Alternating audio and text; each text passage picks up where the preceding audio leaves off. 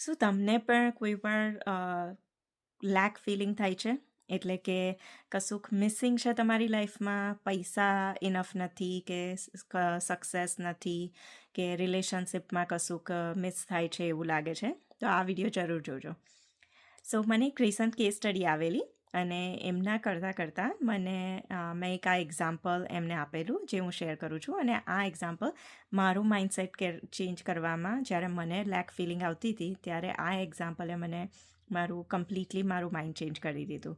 તો એ છે આપણા ભગવાન રામની સ્ટોરી. ભગવાન રામને જ્યારે વનવાસ 14 વર્ષનો કરેલો, ત્યારે તો પણ એ જંગલમાં જઈને પણ રામ જ કહેવાયા હતા. વનવાસમાં જઈને પણ એમને ભગવાન રામ જ કહેતા હતા.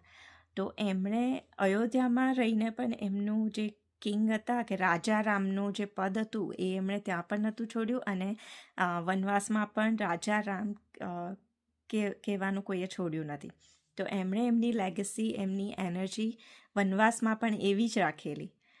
સો જ્યારે આપણને લેક ફિલિંગ થાય ત્યારે આપણે પહેલાં એ વ્યક્તિ બનવાની જરૂર છે કે આપણને જો રિચ બનવું હોય, કે દુનિયાના સૌથી પૈસાદાર માણસ બનવું હોય, તો આજે એ પૈસા તમારી આજુબાજુ જે છે એ પૈસાને પહેલાં રિસ્પેક્ટ કરતા શીખો.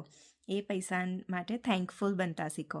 અને એ જ ફિલિંગ તમારા જે પણ ઘરમાં તમે અત્યારે રહો છો, ધારો કે ભાડાના ઘરમાં રહેતા હોય કે તમારા પોતાના ઘરમાં રહેતા હોય, પણ બહુ સુવિધાવાળું ઘર ના હોય, તો પહેલાં ફીલ કરો કે હું જ્યાં રહું છું, હું જ આ ઘરનો રાજા છું, કે હું જ આ ઘરની રાણી છું.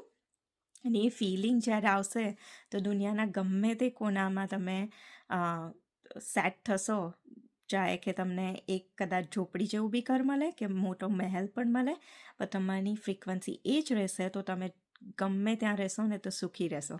અને જ્યારે તમે પોતે રાજા ફીલ કરવા માંડો તો યુનિવર્સ તમને રાજાને જે સુવિધા જોઈતી હોય એ આપશે જ સામેથી, કારણ કે તમે બહુ થેન્કફુલ છો યુનિવર્સ માટે. અને યુનિવર્સ એટલે ભગવાન. તો તમે રોજ 10 રેન્ડમ ગ્રેટિટ્યૂડ ચાલુ કરો અને તમારી પાસે જે વસ્તુ આજે છે એની ઉપર ફોકસ કરો અને એની માટે થેન્કફુલ થાઓ. સો હોપ આ સ્ટોરી તમને ગમી હોય.